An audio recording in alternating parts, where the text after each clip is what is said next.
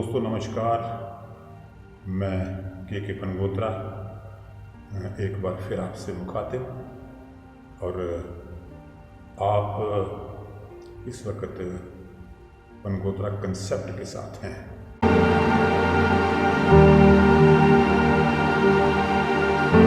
जम्मू कश्मीर में विधानसभा चुनाव हो गए हैं, नतीजे आ गए हैं, और नेशनल कॉन्फ्रेंस और कांग्रेस गठबंधन जो है वो सरकार बनाने की स्थिति में है। नेशनल कॉन्फ्रेंस और कांग्रेस के गठबंधन को मैंडेट मिला है सरकार बनाने के लिए। उमर अब्दुल्ला साहब ने जिस तरह का बयान दिया है वो मेरी नज़र में बहुत ही परिपक्व और मैच्योर्ड बातें उन्होंने की हैं, इससे इनकार नहीं किया जा सकता। वोटरों ने अपनी जिम्मेदारी निभाई। कैबिनेट का पहला फैसला ये होगा कि वो एक रेजोल्यूशन कैबिनेट की तरफ से पास करें कि मरकज़ को अब जम्मू कश्मीर में रियासत का दर्जा देना चाहिए। नई दिल्ली के साथ एक तालमेल तो बनाना ज़रूरी है।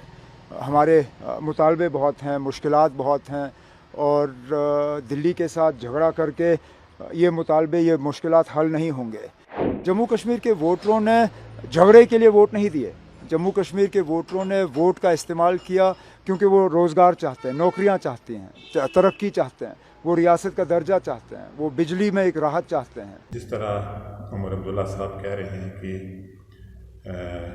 वो मरकज़ के साथ, केंद्र के साथ मिलकर काम करेंगे, जैसा कि उन्होंने कहा कि जम्मू कश्मीर में बहुत सारे मुतालबे हैं, बहुत ज़्यादा बातें हैं जिनको मद्देनज़र रख कर और केंद्र से तालमेल करके सरकार चलानी होगी। तो चुनावों के बाद जो सबसे बड़ा मुद्दा है वो है स्टेटहुड का, कि जम्मू कश्मीर को रियासत का एक वो कंप्लीट वो स्टेटस जो है, पूर्ण दर्जा जो है वो मिलना चाहिए। हमें रियासत का दर्जा एक वादा दिया गया है, वज़ीर आज़म साहब ने दिया है, गृह मंत्री साहब ने दिया है, बीजेपी के अन्य जो सीनियर मिनिस्टर हैं उन्होंने बार बार कहा है कि जम्मू कश्मीर में ये 3 कदम लिए जाएंगे। पहले डिलिमिटेशन, फिर इलेक्शन, फिर स्टेटहुड। अब डिलिमिटेशन भी हो गया, इलेक्शन भी हो गए, अब स्टेटहुड रह गया है। तो यहाँ हुकूमत बनते ही मैं तो ये उम्मीद करूँगा कि कैबिनेट का पहला फ़ैसला ये होगा कि वो एक रेजोल्यूशन कैबिनेट की तरफ से पास करें कि मरकज़ को अब जम्मू कश्मीर में रियासत का दर्जा देना चाहिए, और वो रेजोल्यूशन लेके वज़ीर आज़म साहब को पेश किया जाए।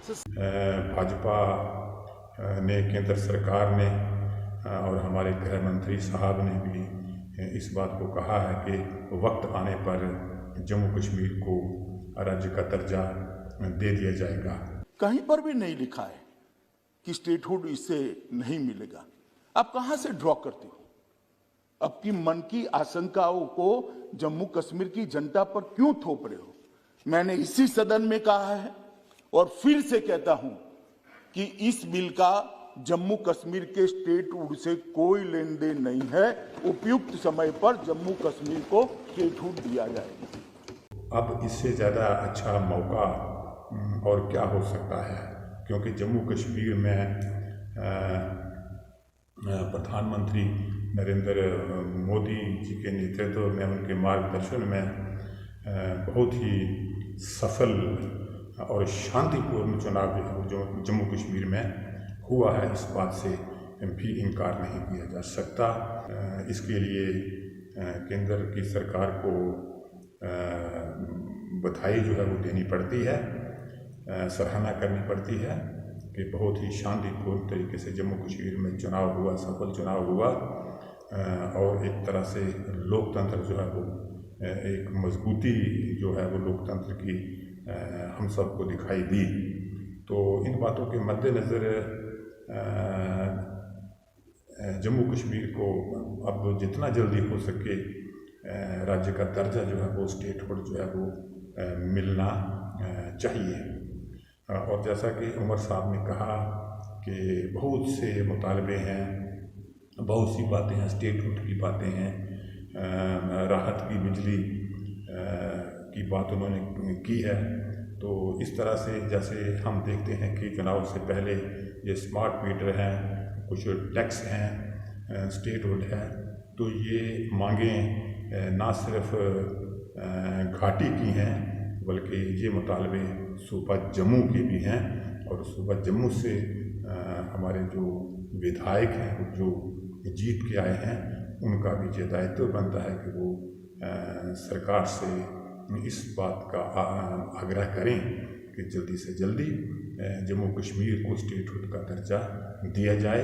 इससे भाजपा को ही फ़ायदा होगा और आने वाले समय में, आने वाले सालों में इससे भाजपा की साख और छवि जो है वो जम्मू के अंदर, और मैं समझता हूँ कि पूरे स्टेट के अंदर साख और छवि जो भाजपा की है वो और ज़्यादा मजबूत होगी।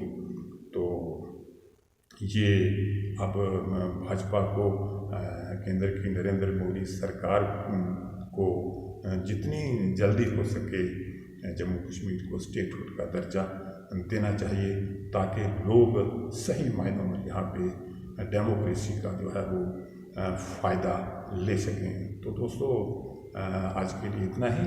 अगली बार किसी और मुद्दे के लिए आपसे मुलाकात होगी। तो तब तक के गंगोत्रा को इजाज़त दीजिए। नमस्कार।